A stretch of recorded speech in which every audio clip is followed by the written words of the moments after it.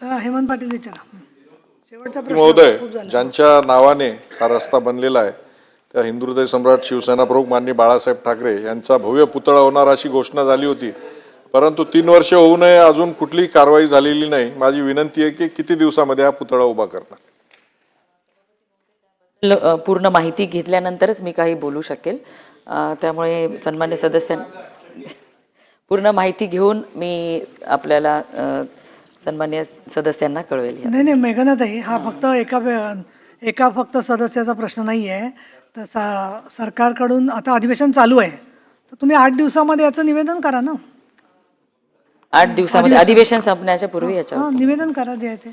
आणि एक माझी छोटी विनंती आहे की मी विनंती करते, मुद्दाम निर्देश असं म्हणत नाही त्याला, की 22 ठिकाणी आपण म्हणतोय ना की चाललेत फूड जॉईंट्स, तर तुम्ही तुमच्या अधिकाऱ्यांच्याच मार्फत, म्हणजे अगदी आम्ही परत आमदारांना सांगत नाही काम, ते हे 22 फूड जॉईंट्सचं दिवसातून 2 वेळेचं रेकॉर्डिंग केलेलं आम्हाला दाखवा पुढच्या आठवड्यामध्ये.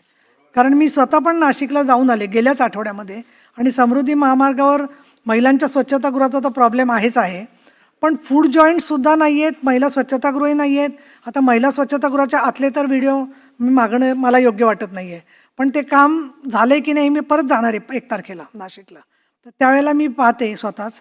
आणि याचे व्हिडिओ हे 22 फूड जॉईंट्स सकाळी आणि संध्याकाळी कसे चालू आहेत याचा एक व्हिडिओ आम्हाला तुमच्या अधिकाऱ्यांना द्यायला सांगा. तुम्ही आम्हाला बोलवा की आमच्या दालनामध्ये या दाखवा, आणि याही संबंधित अधिकाऱ्यांना दालनामध्ये दाखवा. बाकी काही नाही.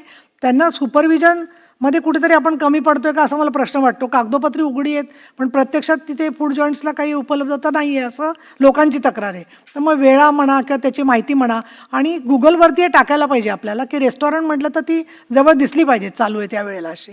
तर ते एक करून घ्या तेवढं. ठीक आहे, आपल्या सूचना निश्चितच आम्ही पूर्ण करून घेऊ. ठीक आहे.